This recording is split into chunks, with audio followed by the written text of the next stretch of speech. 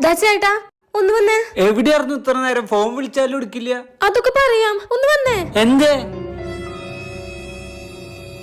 എന്താ നിനക്ക് പറ്റിയേ? ഇതാണ് അടുക്കള.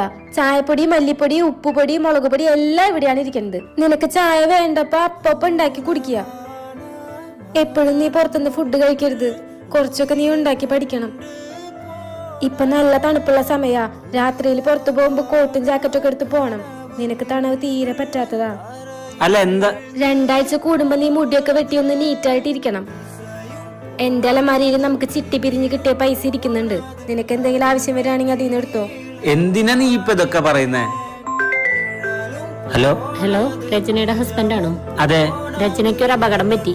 എന്തീ പറയുന്നേ? രച്ചു എന്റെ മുന്നിൽ നിക്കണ്ടല്ലോ. രച്ചുവിന് എന്താ പറ്റിയേ? രചനയ്ക്കൊന്നും പറ്റിയില്ല. രചനയുടെ സ്കൂട്ടി സൈക്കിളിൽ ഇടിച്ചിട്ട് സൈക്കിളുകാരൻ